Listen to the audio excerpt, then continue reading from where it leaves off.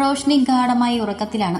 കാലിൽ എന്തോ ഇഴയുന്ന പോലെ, എന്തോ പോർന്നത് പോലെ അവളെ നിളകി ചെരിഞ്ഞു കിടന്നു. അപ്പം കാലുകൾ മുകളിലേക്ക് വലിച്ചുകൊണ്ട് പുതപ്പിലേക്ക് ചുരുണ്ടുകൂടി കിടന്നു. കുറച്ചു കഴിഞ്ഞതും വീണ്ടും എന്തോ തട്ടുന്നത് പോലെ. ഇടയ്ക്ക് എപ്പോഴോ കാൽ വേദനിച്ചതും എരിവ് വലിച്ചുകൊണ്ട് അവൾ കണ്ണുകൾ വലിച്ചു തുറന്നു. ആദ്യം കണ്ണിലുടക്കിയത് ജനലിലപ്പുറം കാണുന്ന വെളിച്ചമാണ്, ഒരു ഫ്ലാഷ് ലൈറ്റ്.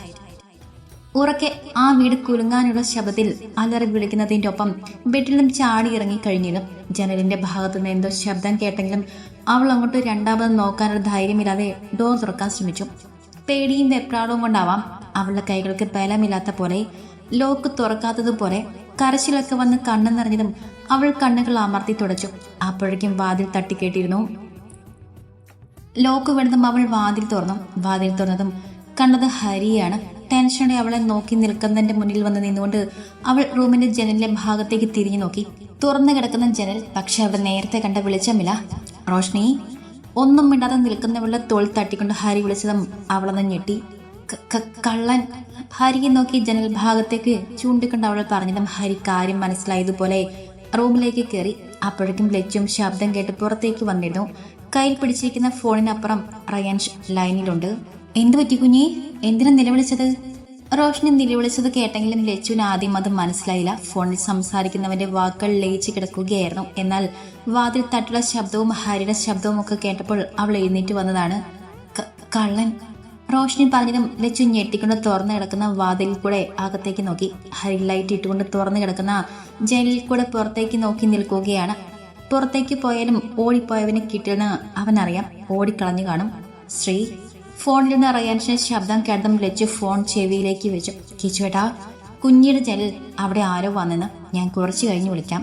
അതും പറഞ്ഞിട്ട് ലച്ചു ഫോൺ വെച്ചു. പേടിച്ച് വിറച്ച് നിൽക്കുന്ന റോഷനെ ചേർത്ത് പിടിച്ചുകൊണ്ട് ലച്ചു റൂമിലേക്ക് കയറി. ഏട്ടാ. ലച്ചു വിളിച്ചതും ഹരി തിരിഞ്ഞു നോക്കി. അവരുടെ നോട്ടം ജനലിക്കൂടെ പുറത്തേക്ക് നോക്കി പേടിയോടെ നിൽക്കുന്ന റോഷ്നിയിലേക്ക് നീണ്ടു. നന്നായി പേടിച്ചിട്ടുണ്ടെന്ന് ആ മുഖം കണ്ടാൽ മനസ്സിലാകും. എന്തെങ്കിലും പറ്റിയോ? റോഷ്നി മൊത്തത്തിലെന്ന് നോക്കിക്കൊണ്ട് അവൻ ചോദിച്ചു. ഹരിയുടെ ചോദ്യം കേട്ടതും അവളുടെ കണ്ണുകൾ അവളെ കാലിലേക്ക് നീണ്ടും. അവിടെ ഒരു നീറ്റൽ പോലെയുണ്ട്. റോഷ്നിയുടെ നോട്ടം കണ്ട് ലച്ചുവിന്റെ കണ്ണുകളും ഹരിയുടെ കണ്ണുകളും അങ്ങോട്ട് നീങ്ങി. ഇരിക്ക്. ബെഡിലേക്ക് ചൂണ്ടിക്കൊണ്ട് ഹരി പറഞ്ഞതും റോഷ്നി ബെഡിലേക്ക് ഇരുന്നു. ഹരി നിലത്ത് മുട്ടുകുത്തിയിരുന്ന റോഷ്നിയുടെ കാൽ പിടിച്ചതും റോഷ്നി അവന്റെ മുഖത്തേക്ക് നോക്കി. ആ നിമിഷം തന്നെ അവന്റെ കണ്ണുകളും അവളെ ഒന്ന് നോക്കി. വലത്തെ കാൽ ഉയർത്തി അവന്റെ കാൽത്തുടയിലേക്ക് വെച്ചു. ആ വെളുത്ത കാലിൽ ചുറ്റിപ്പറ്റി കിടക്കുന്ന പാദസരം ആ കാലിലില്ല. ഒപ്പം എന്തോ പോറിയതുപോലെ ഒരു വരയുണ്ട്. നീളത്തിൽ ഒരു ചുവന്ന മുറിവ്. പാദസരം കള്ളം കൊണ്ടുപോയി. ഹരി പറയുമ്പോൾ റോഷ്നിയുടെ കണ്ണ് നിറഞ്ഞു. +2 ജയിച്ചപ്പോൾ റയാൻഷ് വാങ്ങിക്കൊടുത്ത പാദസരമാണ്. അവൾക്ക് ഒത്തിരി ഇഷ്ടമുള്ള മോഡൽ. പറഞ്ഞുണ്ടാക്കി വാങ്ങിച്ചതാണ്. അതാണ് അത്ര സങ്കടം. സാരില്ല, പോട്ടെ, നമുക്ക് വേറെ വാങ്ങിക്കാം. അത് കിട്ടുമെന്ന് നോക്കട്ടെ. റോഷ്നിയുടെ മുഖത്തേക്ക് നോക്കി ഒരു കൊച്ചു കുഞ്ഞിനോടെന്ന പോലെ ഹരി പറയുമ്പോൾ അനുസരണയോടെ റോഷ്നി തലയാട്ടി. അപ്പോഴേക്കും സമാധാനമില്ലാതെ റയാൻഷ് ലച്ചുവിന്റെ ഫോണിലേക്ക് അടിച്ചുകൊണ്ടിരുന്നു. ശ്രീ. ഹരിയുടെ കയ്യിൽ കൊടുക്കുക. ഫോൺ അറ്റൻഡ് ചെയ്ത് ചെവിയോട് ചേർത്ത് വെച്ചപ്പോൾ തന്നെ അവൻ പറഞ്ഞത് അതാണ്. ലച്ചു ഫോൺ ഹരിക്ക് നേരെ നീട്ടിയതും അവനത് വാങ്ങി പുറത്തേക്ക് നടന്നു. എനിക്ക് ഒറ്റയ്ക്ക് എടുക്കാൻ പേടിയേട്ടത്തി, നമുക്ക് ഒരുമിച്ച് ഏട്ടത്തിന്റെ റൂമിൽ കിടക്കാം. റോഷ്നി പറയുമ്പോൾ ലച്ചു അവളെ ചേർത്ത് പിടിച്ചുകൊണ്ട് പുറത്തേക്ക് ഇറങ്ങി. റോഷ്നി തിരിഞ്ഞ് തുറന്നു കിടക്കുന്ന ജനലിൽ കൂടെ പുറത്തേക്ക് നോക്കി. എന്തിനൊരു പേടി. അവൾ വേഗത്തിൽ ലച്ചുവിന്റെ റൂമിലേക്ക് കയറി ബെഡിൽ കമിഴ്ന്ന് കിടന്നു. റോഷ്നി നോക്കിക്കൊണ്ട് ലച്ചു ലൈറ്റ് ഓഫ് ആക്കി. അവൾക്കൊപ്പം കിടക്കുമ്പോൾ ലച്ചു ചുറ്റും നോക്കി. ജനൽ കുറച്ചധികം വിറ്റിട്ടാണ്. റോഷ്നിയുടെ റൂമിലെ പോലെ ജനലിനോട് ചേർന്നല്ല ബെഡ് കിടക്കുന്നത്. എന്നാലും ഒരു പേടി. ഇത്ര കാലത്തിനിടയ്ക്ക് ഒരിക്കൽ പോലും ഇങ്ങനെയൊന്നും ഉണ്ടായിട്ടില്ല. ഇവിടെ ക്യാമറ ഇല്ലേ ഏട്ടത്തി? കുറച്ചു കഴിഞ്ഞതും എന്തോ ഓർത്ത പോലെ റോഷ്നി ചോദിച്ചു. ഉണ്ട്. ഏട്ടൻ അയച്ചു കൊടുക്ക്. കള്ളനെ പിടിക്കാൻ പറയണം. ആ പാദസരം ഇട്ട് കോതി മാറിയിട്ടില്ല. റോഷ്നി പറയുമ്പോൾ ലച്ചു ഒന്ന് ചിരിച്ചു. അപ്പം അവൾക്ക് നേരെ ചെരിഞ്ഞു കിടന്ന് അവളെ തലയിൽ പതിയെ തലോടിക്കൊണ്ടിരുന്നു. റോഷ്നി കിടന്നതല്ലാതെ ഉറങ്ങിയിട്ടില്ല. ഓരോന്ന് പദം പറഞ്ഞുകൊണ്ട് കിടക്കുകയാണ്. ഇതൊക്കെ കേട്ട് ലച്ചുവും അവൾക്കിപ്പുറം കിടക്കുന്നുണ്ട്. ക്ലാസ്സിന് പോകുന്നത് കൊണ്ട് സ്വർണം ഇടാൻ അമ്മ സമ്മതിക്കില്ല. എല്ലാം കഴിഞ്ഞ് ഇട്ട് തുടങ്ങിയപ്പോൾ അതും പോയി. പറഞ്ഞ് കണ്ണൊക്കെ നിറഞ്ഞിട്ടുണ്ട്. ലച്ചൊന്നും മിണ്ടാതെ അവളെ കേട്ടുകൊണ്ട് അവളെ മുടിയിൽ തലോടി കിടന്നു. ഏട്ടനോട് ഞാൻ പറഞ്ഞു കൊടുക്കും, ഇനി ആ കള്ളൻ മേലിൽ കക്കാൻ കയറില്ല. പെണ്ണിന് സങ്കടവും ദേഷ്യമൊക്കെ ഒരുമിച്ച് വരുന്നുണ്ട്. അതുകൊണ്ട് വായിൽ തോന്നിയതൊക്കെ അങ്ങനെ പറഞ്ഞു പോകുവാണ്. ഏട്ടനോട് നമുക്ക് പറഞ്ഞു കൊടുക്കാം. ഇപ്പൊ തൽക്കാലം നീ ഉറങ്ങിക്കോ, ബാക്കിയൊക്കെ നമുക്ക് വഴിയെ നോക്കാം. ലച്ചുവളെ സമാധാനിപ്പിച്ചുകൊണ്ട് പറയുമ്പോൾ റോഷ്നി ഒന്നും മിണ്ടാതെ കിടന്നു. ആ സമയം തന്നെ ചെരിഞ്ഞു കിടക്കുന്ന വാതിൽ തുറന്ന ഹരി അകത്തേക്ക് കയറി. റയാൻഷോട് സംസാരിച്ചു കഴിഞ്ഞ ശേഷം അവൻ CCTV ഒക്കെ പരിശോധിച്ച ശേഷം 1-2 ഫോൺ കോളുകളും കഴിഞ്ഞാണ് റൂമിലേക്ക് വന്നത്. പാദസരം കിട്ടിയോ? ഹരി റൂമിലേക്ക് കയറി വന്നതും ബെഡിൽ നിന്നും എഴുന്നേറ്റിരുന്ന റോഷ്നി ചോദിച്ചു. ഹരി അവളെ നോക്കിക്കൊണ്ടില്ലെന്ന് തലയാട്ടി. റോഷ്നിയുടെ മുഖം വാടി. താൻ പിന്നെ ഇത്ര നേരം എന്തുണ്ടാക്കുമായിരുന്നു? ഇതുവരെ അവനെ കാണാതെ ഇരുന്നപ്പോൾ ഉള്ളിലൊരു പ്രതീക്ഷ ഉണ്ടായിരുന്നു. അതാണ് അവന്റെ തലയാട്ടിൽ തകർന്ന് തരിപ്പണായത്. അതുകൊണ്ട് തന്നെ ഇത്തിരി ദേഷ്യത്തിൽ റോഷ്നി ചോദിച്ചു. ഒരു പാദസരല്ലേ പോയുള്ളൂ, അല്ലാതെ ജീവനൊന്നും പോയില്ലല്ലോ. ദേഷ്യത്തോടെ ഹരി ചോദിക്കുമ്പോൾ ഒന്നും മിണ്ടാതെ അവനിന്ന് തുറച്ചു നോക്കിക്കൊണ്ട് റോഷ്നി ബെഡിലേക്ക് കമിഴ്ന്ന് കിടന്നു. ലച്ചു ഹരി ദയനീയമായി നോക്കിയതും അവൻ കണ്ണ് ചിമ്മി കാണിച്ചുകൊണ്ട് ലച്ചുവിന്റെ ഇപ്പുറം വന്ന് കിടന്നു. ഉറങ്ങിക്കോ, ഞാനിവിടെ കിടന്നോളാം. ലച്ചുവിന്റെ ഇപ്പുറത്തെ വശത്ത് കിടന്നുകൊണ്ട് ഹരി പറയുമ്പോൾ ലച്ചു റോഷ്നിയുടെ ഭാഗത്തേക്ക് തിരിഞ്ഞ് കിടന്നുകൊണ്ട് കണ്ണുകൾ അടച്ചു. കൈ എത്തിച്ച് ലൈറ്റ് ഓഫ് ആക്കി. അയ്യോ, ലൈറ്റ് വേണം, എനിക്ക് പേടിയാ.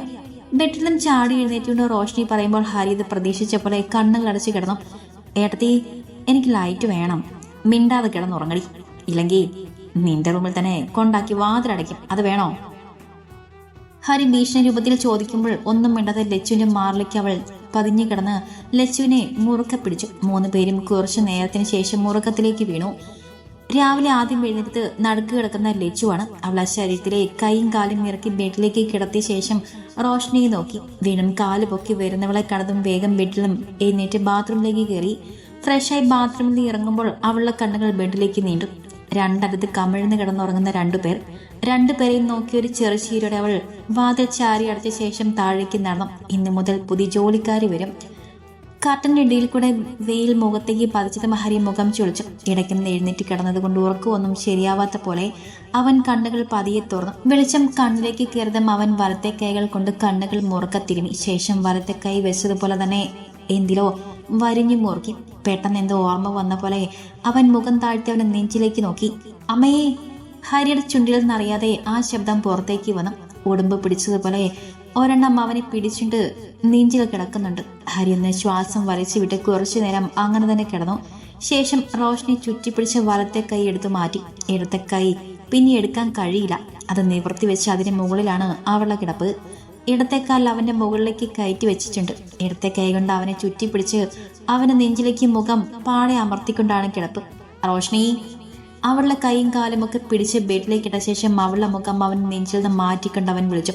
എവിടെ? ഒരു കുലുക്കോ ഇല്ല, നല്ല സുഖം ഉറക്കാണ്. വീണ്ടും നെഞ്ചോട് ഒട്ടാൻ വന്നവൾ നിന്ന് നിറങ്ങി കുറച്ച് പിന്നിലേക്ക് നീങ്ങിക്കിടന്നു. അവന്റെ ഇടത്തെ കൈ വലിച്ചാൽ കിട്ടുന്നില്ല. പെണ്ണാണെങ്കിൽ എഴുന്നേൽക്കുന്നുമില്ല. റോഷ്നി! അവളുടെ ഇടത്തെ കവളിൽ പതിയെ തട്ടിക്കൊണ്ട് അവൻ വിളിച്ചു. ആ കറുപ്പ് നിറത്തിലുള്ള കട്ടിയുള്ള നീളൻ കൺപീലികൾ ഒന്നിളകി. ഹരി അവളുടെ മുഖത്തേക്ക് സൂക്ഷിച്ചു നോക്കി. ഇനി അഭിനയിക്കുകയാണോ? ഹൈ, ആവില്ല. റോഷ്നി! അവൻ വീണ്ടും തട്ടി വിളിച്ചു. റോഷ്നി ഒന്ന് മൂളിക്കൊണ്ട് കണ്ണുകൾ തുറന്നു. ഹരിയെ മുന്നിൽ കണ്ടതും ഒന്ന് ചിരിച്ചുകൊണ്ട് വീണ്ടും അവൾ കണ്ണുകൾ അടച്ചു. ഈ പെണ്ണിന് എന്താ ഭ്രാന്തോ? എടി കുരുട്ടായി! ശക്തിയിൽ അവളെ ഒന്ന് തട്ടി കുലുക്കിക്കൊണ്ടൊരു വിളി. മരിച്ചു കിടക്കുന്നവൾ എഴുന്നേറ്റുന്ന പോലെ റോഷ്നി ബെഡിൽ ചാടിയിരുന്നു. ഒന്ന് അങ്ങോട്ടും ഇങ്ങോട്ടും തലയിളക്കിയതിനു ശേഷമാണ് പെണ്ണിന് കാര്യം മനസ്സിലായത്. അവൾ പിന്നിലേക്ക് തിരിഞ്ഞ് ഹരിയെ നോക്കി ചിരിച്ചു. നാണോ മാനോ ഇല്ലാത്ത ജന്തു! റോഷ്നി മൊത്തത്തിലൊന്ന് നോക്കിക്കൊണ്ട് അവൻ പിറുപിറുത്തു. അതും പറഞ്ഞുകൊണ്ട് അവൻ ബെഡിൽ നിന്നും ഇറങ്ങി. ആദ്യം ആ പറഞ്ഞത് മനസ്സിലായില്ലെങ്കിലും കുറച്ചു കഴിഞ്ഞപ്പോൾ അവൻ പറഞ്ഞത് അവൾക്ക് മനസ്സിലായി. പറയുന്ന ആൾക്ക് പറഞ്ഞതൊക്കെ ഉണ്ടല്ലോ. ഉറക്കെ ഹരി നോക്കി അവൾ പറഞ്ഞു. അപ്പം അവൻ ഇട്ടിരിക്കുന്ന സ്ലീവ്ലെസ് ടീഷർട്ടിലേക്കും ഷോർട്സിലേക്കും അവൾ നോക്കി. 2 പേരും പരസ്പരം ഒന്ന് നോക്കിക്കൊണ്ട് സ്വയം ഒന്ന് നോക്കി. ഏകദേശം 2 ഒരേ വേഷം തന്നെയാണ്. ഒന്ന് പോടി! അതും പറഞ്ഞുകൊണ്ട് അവൻ പുറത്തേക്ക് നടന്നു. നീ പോടാ! അതും പറഞ്ഞുകൊണ്ട് റോഷ്നി ബെഡിൽ നിന്ന് എഴുന്നേറ്റു. ഹരി വാതിൽക്കൽ നിന്ന് മാറിയതും അവളുടെ നോട്ടം അവളുടെ വലത്തെ കാലിലേക്ക് നീണ്ടു. എന്തിനോ ഒരു സങ്കടം, എന്തിനോ ഒരു ദേഷ്യം. ലച്ചുവിന്റെ റൂമിൽ നിന്ന് ഇറങ്ങി അവളുടെ റൂമിൽ കയറി ഫ്രഷായി താഴേക്ക് നടന്നു. ഹരി ഓഫീസിൽ പോകാൻ റെഡിയായിട്ട് ബ്രേക്ക്ഫാസ്റ്റും കഴിക്കുന്നുണ്ട്. ഒപ്പം വരുന്ന ലച്ചു ഓർന്ന് സംസാരിക്കുന്നുണ്ട്. റോഷ്നി അവർ 2 പേരെയും നോക്കാതെ അവർക്കടുത്ത ചേർന്നിരുന്ന് അവൾക്ക് വേണ്ടത് വിളമ്പി. ലച്ചുവേ, ഇതെന്താ? എന്ത് പോയ അണ്ണാനെ പോലെ? ഹരി ചിരി കടിച്ചു പിടിച്ചുകൊണ്ട് ചോദിച്ചതും ലച്ചു ഹരി നോക്കി കണ്ണോട്ടി. അല്ലെങ്കിൽ തന്നെ പെണ്ണ് കലിപ്പില്ല. അതിന്റെ ഇടയിൽ കൂടെ റോഷ്നി ഹരിയെ തുറച്ചു നോക്കി. ഞാൻ പാദസരം പോയ അണ്ണാനെന്നാ ഉദ്ദേശിച്ചത്. ഹരി ചിരി കടിച്ചു പിടിച്ചുകൊണ്ട് പറഞ്ഞതും റോഷ്നി ഇടത്തെ കൈ കൊണ്ട് ഹരിയുടെ ഷോൾഡറിൽ അമർത്തി ഒരടി കൊടുത്തു. ഹരി വേദന എടുത്ത പോലെ ഒന്ന് ഞെളിഞ്ഞു. അവന്റെ ആ വേദനയിൽ ദേഷ്യം ഒന്ന് കുറഞ്ഞ പോലെ റോഷ്നി അടങ്ങി ഒതുങ്ങിയിരുന്നു. ഹരി ഓഫീസിലേക്ക് ഇറങ്ങി. കള്ളൻ കയറി വിവരം മറിഞ്ഞുകൊണ്ട് വല്യച്ഛന്മാരും വല്യമ്മമാരും ഒക്കെ വന്നിട്ടുണ്ട്. അവിടെ മുന്നിൽ അങ്ങനെ നിൽക്കാൻ താല്പര്യമില്ലെങ്കിലും റോഷ്നി നിന്നു. ഏട്ടന്റെ ബന്ധുക്കാരല്ലേ, പിണക്കാൻ പാടില്ലല്ലോ. കുട്ടി പേടിച്ചോ? റോഷ്നി നോക്കി വല്യമ്മ ചോദിക്കുമ്പോൾ റോഷ്നി ഒന്ന് വരുത്തി കൂട്ടി ചിരിച്ചു കൊടുത്തു. അല്ലാതെ ഇമാതിരി ചോദ്യങ്ങൾക്ക് എങ്ങനെ ഉത്തരം പറയും? പേടിച്ച് വിറച്ചോളാണ് അവർ പേടിച്ചു വന്ന ചോദ്യം. ഇതാണ് ഞാൻ പറഞ്ഞത്, മക്കൾക്ക് അവിടെ വന്ന് കിടക്കാന്ന്. അധികം ആളുകളൊന്നും ഇല്ലാത്ത വീടാണെന്ന് മനസ്സിലായത് കൊണ്ടാവാം കള്ളൻ ഇവിടെ തന്നെ വന്ന് കയറിയത്. അല്ലെങ്കിൽ ഇന്നേ വരെ ഇങ്ങനെ ഒരു കാര്യം ഇവിടെ അടുത്ത് എവിടെയെങ്കിലും കേട്ടിട്ടുണ്ടോ? വല്യച്ഛൻ ചോദിക്കുമ്പോൾ ലച്ചു ഇല്ലെന്ന് തലയാട്ടി. റോഷ്നി ഒന്നും മിണ്ടാതെ നെഞ്ചത്ത് കൈയും കെട്ടി ഒന്നും മിണ്ടാതെ നിന്നു. ഇതിപ്പോ ജനലിന്റെ അപ്പുറമായതുകൊണ്ടാണ്. എങ്ങനെയെങ്കിലും റൂമിന്റെ അകത്തേക്ക് കയറിയിരുന്നെങ്കിൽ എന്താകുമായിരുന്നു? അടുത്തിരിക്കുന്ന വേറെ വല്യച്ഛൻ ചോദിച്ചതും ലച്ചു നോക്കിയത് റോഷ്നിയാണ്. കണ്ണും തോർച്ച് നിൽക്കുന്നുണ്ട്. വല്യച്ഛൻ പറഞ്ഞത് അവൾ മനസ്സിൽ ആലോചിച്ച് നോക്കിയതാവും. ജനലിലും വാതിലും ഒക്കെ ഉറപ്പുള്ളത് കൊണ്ട് നിന്നതാവാം. അല്ലെങ്കിൽ ജനലക്കമ്പി പൊളിച്ച കളൻ അകത്തേക്ക് കയറിയിരുന്നു. ജനലക്കമ്പിയൊക്കെ മുറിച്ച് അകത്തേക്ക് കയറുമ്പോൾ ഒത്തിരി സമയം പിടിക്കും. ഈ കുട്ടി ഉണരുകയും ചെയ്യും. അത് ആലോചിച്ചിട്ടാവാം കള്ളൻ ജനലിനെ അവിടെ തന്നെ നിന്നത്. അവിടെ നിന്നാലും അവർക്ക് വേണ്ടത് കിട്ടിയാലോ? എല്ലാവരും കൂടെ ഇരുന്ന് അവിടെ ഊഹാപോഹങ്ങൾ പറഞ്ഞുകൊണ്ടിരുന്നു. റോഷ്നിയും ലച്ചും എല്ലാം കെട്ടുന്നും മിണ്ടാതെ നിന്നു. പണിയൊക്കെ ഒരു ചേച്ചിയുണ്ട്, പുറം പണിക്കാണ് ആള് വന്നത്. പക്ഷെ എല്ലാം ചെയ്യും. അടുക്കലും തുടക്കലും ലച്ചുവിനെ അടുക്കള സഹായിക്കാനും ഒക്കെ കൂടും. അതിന് അധികം കൊടുത്താൽ മതി. അടുക്കളയിൽ ആ ചേച്ചി ഉള്ളത് ലച്ചു പിന്നെ അങ്ങോട്ട് നോക്കിയില്ല. അവർക്കപ്പം ഹാൾ തന്നെ ഇരുന്നു. ഹരി കേസ് കൊടുക്കുന്നുണ്ടാവോ? ഇല്ല, അതിന്റെ പിന്നാലെ പോവാനൊന്നും ഏട്ടന് സമയമില്ലെന്ന് പറഞ്ഞു. പേരിനൊരു കേസ് കൊടുക്കാമെന്നല്ലാതെ അവിടെ ഭാഗത്തുനിന്ന് ഒരു അന്വേഷണവും ഉണ്ടാകുമെന്ന് തോന്നുന്നില്ലെന്നാ ഏട്ടൻ പറഞ്ഞത്. ലച്ചു വല്യച്ഛന് മറുപടി കൊടുത്തു. റോഷ്നിക്കാകെ ബോറടിച്ചു തുടങ്ങി. റൂമിലേക്ക് പോയാലെന്ന ചിന്തയോടെ അവൾ ലച്ചുവിനെ നോക്കി. തലവേദനിക്കുന്നുണ്ടെങ്കിൽ പോയി കിടന്നോ. ലച്ചു പറഞ്ഞതും റോഷ്നി ആർക്കും തലവേദന എന്ന പോലെ ഒന്ന് തിരിഞ്ഞു നോക്കി. പിന്നെ എന്തോ മനസ്സിലായതുപോലെ വലത്തെ കൈ ഉയർത്തി 2 വിരൽ കൊണ്ട് നെറ്റി തടവിക്കൊണ്ട് അവൾ മുഖം ചുളിച്ചു. വേദനിക്കുന്നുണ്ടേടത്തി എന്നാ പോയി കുറച്ചു നേരം കിടന്നു. റോഷ്നിയുടെ ചുളിഞ്ഞ മുഖത്തേക്ക് നോക്കി ലച്ചു പറയുന്നു. റോഷ്നി തലയാട്ടി. എല്ലാരെയും ഒന്ന് നോക്കി ചിരിച്ചിട്ട് തലയാട്ടി മുകളിലേക്ക് നടന്നു. അവന്റെ അത്ര അഹങ്കാരം ഇരുന്ന് തോന്നുന്നു. പെൺകുട്ടിയല്ലേ, അതിന്റെ ഒരു അടുപ്പ് ഒതുക്കൊക്കെ ഉണ്ടല്ലോ. റോഷ്നി കണ്ണിൽ നിന്നും പറഞ്ഞതും വല്യച്ഛൻ പറഞ്ഞു. വല്യമ്മമാർക്ക് അഭിപ്രായമല്ല. റോഷ്നി ഇത്തിരി അഹങ്കാരവും മുൻകോവും ഒക്കെയുള്ള കൂട്ടത്തിലാണെന്നാണ് അവരുടെ പക്ഷം. ഇടയ്ക്കൊക്കെ വന്നിട്ട് പോകുമ്പോൾ അവർ കാണുന്നതാണല്ലോ. ഞാൻ പറഞ്ഞത് മോള് ഹരിയോട് സംസാരിച്ച് നോക്ക്. 2 പേർക്കും അവിടെ വന്ന് കിടക്കാം. വല്യച്ഛൻ പറയുമ്പോൾ ലച്ചു ഒന്ന് തലയാട്ടുക മാത്രം ചെയ്തു. അവൾക്കറിയാം ഹരി സമ്മതിക്കുന്നില്ലെന്ന്. ഇനി ഹരി സമ്മതിച്ചാലും ഭർത്താവ് സമ്മതിക്കണ്ടേ? ആര് സമ്മതിച്ചാലും അവ സമ്മതിക്കില്ലെന്ന് അവൾക്ക് നല്ല ഉറപ്പുണ്ടായിരുന്നു. എന്നാ ഞങ്ങൾ ഇറങ്ങട്ടെ, ബാങ്കിലൊന്ന് പോവണം. വല്യച്ഛമാർ സെറ്റിൽ നിന്ന് എഴുന്നേറ്റ് പിന്നാലെ പോകാൻ വല്യമ്മമാരും ഇറങ്ങി. ഇനിയിപ്പോ പണിയൊന്നും ഇല്ലല്ലോ, എല്ലാത്തിനും ആളായില്ലേ, ഞങ്ങൾ ഇറങ്ങട്ടെ. വല്യമ്മ പറയുമ്പോൾ ലച്ചു ഒന്ന് ചിരിച്ചുകൊണ്ട് തലയാട്ടി. ഇടയ്ക്കൊക്കെ ആ പെണ്ണിക്കുട്ടി അങ്ങോട്ട് ഇറങ്ങി. ഇവിടെ തന്നെ ഇരിക്കുമ്പോൾ ആകെ മടുക്കില്ലേ? ഇറങ്ങാൻ നേരം വല്യമ്മ പറയുമ്പോൾ അതിനെ ലച്ചു തലയാട്ടി. ആ കാര്യം നടക്കില്ലെന്ന് അവൾക്ക് 100-ൽ 101% ഉറപ്പുണ്ട്. കാരണം അവർക്ക് ഇങ്ങോട്ട് വരുമ്പോൾ തന്നെ റൂമിൽ കയറി ഇരിക്കുന്നവളെ കൂട്ടിയാണ് അങ്ങോട്ട് പോകുന്നത്. നടന്നു തന്നെ. എല്ലാവരും പോയതും ലച്ചു വാതിലടച്ച് അടുക്കളയിലേക്ക് പോയി. പണിക്ക് നിൽക്കുന്ന ചേച്ചി ജോലി ചെയ്യുന്നുണ്ട്. കുറച്ചു നേരം അവർക്കൊപ്പം നിന്ന് അവരെല്ലാം റെഡിയാക്കി വെച്ചിട്ടുണ്ട്. ലച്ചു തന്നെയാണ് അതുകൊണ്ട് ഉച്ചയ്ക്കുള്ളതൊക്കെ ഉണ്ടാക്കി വെച്ചത്. കോളിംഗ് ബെൽ അടിക്കുന്ന ശബ്ദം കേട്ട ഉച്ചയ്ക്ക് ഭക്ഷണം കഴിച്ച ശേഷം അടുക്കള വൃത്തിയാക്കി പോകാൻ തുടങ്ങിയ ചേച്ചി ഹാളിലേക്ക് നോക്കി. ലച്ചുവിനെയും റോഷനെയും കാണുന്നില്ലെന്ന് കണ്ടതും അവർ ഹാളിലേക്ക് നടന്നു. അടുക്കള നിന്ന് മീൻ വാതിലിന്റെ അങ്ങോട്ട് നടന്നെത്തുമ്പോഴേക്കും 2, 3, 4 ബെല്ലടിച്ചു കഴിഞ്ഞിട്ടുണ്ട്. അപ്പൊ തന്നെ ക്ഷമ തീരെയില്ലാത്ത ഒരാളാണെന്ന് അവർക്ക് മനസ്സിലായി. ആ ഒരു ചിന്തയിൽ തന്നെയാണ് അവർ പോയി വാതിൽ തുറന്നത്. ആരാ? പുറത്ത് നിൽക്കുന്നവർ കടുപ്പിച്ചെന്ന് ചോദിച്ചു. ആ സ്ത്രീ ഒന്നും മിണ്ടതേ അവനെ അടിമുടി ഒന്ന് നോക്കി. തിരിച്ച് ആരാ എന്താ എന്നൊക്കെ ചോദിക്കണമെങ്കിൽ ആ വീട്ടിലെ ആരെയും അറിയാത്തത് കൊണ്ടും മുന്നിൽ നിൽക്കുന്നവർ അകത്തുള്ള പെൺകുട്ടികൾക്ക് ആരാണെന്നും അറിയാത്തത് കൊണ്ടും അവർ മൗനം പാലിച്ചു. ഞാനിവിടെ ജോലിക്ക് നിൽക്കുന്ന സ്ത്രീയാണ്. ആ സ്ത്രീ പറഞ്ഞതും അവരെ മറികടന്നുകൊണ്ട് അവൻ അകത്തേക്ക് കയറി. ഇവിടെയുള്ളവരോ? അകത്തേക്ക് നടക്കുന്നിടയിൽ ചുറ്റും നോക്കിക്കൊണ്ട് അവൻ ചോദിച്ചു. ആ സ്ത്രീ ആകെ പേടിച്ചുപോയി. ഡോർ തുറക്കേണ്ടിയിരുന്നില്ലെന്ന് വരെ അവർ ചിന്തിച്ചു. വന്നത് ആരാണെന്ന് അവർക്കറിയില്ലല്ലോ. കുട്ടികൾ റൂമിലാണെന്ന് തോന്നുന്നു. അവർ ഒരു വിറയിലോടാ പറഞ്ഞു. അവൻ മുകളിലേക്ക് പോകാൻ വേണ്ടി ഒരുങ്ങിയതും അവർ അവന്റെ മുന്നിൽ കയറി നിന്നു. നിങ്ങൾ ആരാ? അവരെ നോക്കിക്കൊണ്ട് ഇത്തിരി പേടിയോടെയാണ് അവർ ചോദിച്ചത്. 2 പെൺകുട്ടികൾ മാത്രമുള്ള വീടല്ലേ, ഒരാൺതുണയുള്ളത് ഇപ്പോൾ ഇവിടെ ഇല്ലതാനും. അതെന്തിനാ നിങ്ങൾ അറിയുന്നത്? ഇവിടെ ജോലിക്ക് വന്നയാൾ ഇവിടെ ജോലി മാത്രം ചെയ്താൽ മതി. അവൻ കയ്യിലുള്ള ബാഗ് അവിടെ ഒരു മൂലയ്ക്ക് വെച്ചുകൊണ്ട് അവിടെ നിരശബ്ദം ഉയർത്തി. ആ സ്ത്രീ ഒന്നും മിണ്ടിയില്ല. അവൻ വീണ്ടും മുകളിലേക്ക് കയറാൻ തുടങ്ങിയതും അവർ വീണ്ടും അവന്റെ മുന്നിൽ കയറി നിന്നു.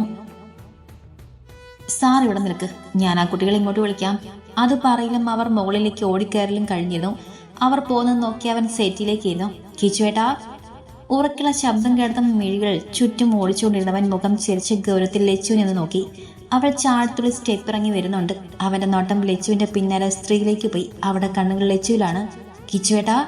ചിരിയോടെ അടുത്തേക്ക് വരുന്നവളെ കണ്ടതും അവൻ സെറ്റിൽ നിന്നും എഴുന്നേറ്റു. ഗൗരവം നിറഞ്ഞ മുഖമായതുകൊണ്ടാവാം ചിരിയോടെ വന്ന് ലച്ചുവിന്റെ മുഖം മങ്ങിയതും ഓടി വന്നവനെ നെഞ്ചോട് ചേരാൻ നിന്നവൾ അത് ചെയ്യാതെ ഒഴിഞ്ഞു നിന്നു. അത് മനസ്സിലായതും റയാൻ മുന്നോട്ട് വന്ന് കൈ വിടർത്തി. ലച്ചു ഒരു ചിരിയോടെ അവനെ പുണർന്നു. ആളെ മനസ്സിലായില്ല ചേച്ചി. പിന്നിരുന്ന റോഷനി ചോദിച്ചതും ആ ചേച്ചി തിരിഞ്ഞു നോക്കിയില്ലെന്ന് തലയാട്ടി. എന്റെ ഏട്ടനാ. റോഷനി ചിരിയോടെ പറയുമ്പോൾ ലച്ചുവിന്റെ ആരാണെന്ന് മനസ്സിലായതുപോലെ അവർ തലയാട്ടി. ഭർത്താവിന്റെ അനിയത്തിയാണ് റോഷനി എന്ന കാര്യം അവർക്കറിയുന്നതാണല്ലോ. അങ്ങനെയാകുമ്പോൾ റോഷനിയുടെ ഏട്ടൻ എന്ന് പറയുമ്പോൾ അത് ലച്ചുവിന്റെ ആരാണെന്ന് അറിയാൻ കഴിയല്ലോ. ആ കെട്ടിപ്പിടിച്ചുള്ള നിൽപ്പ് കാണുമ്പോൾ ഉറപ്പിക്കാമല്ലോ.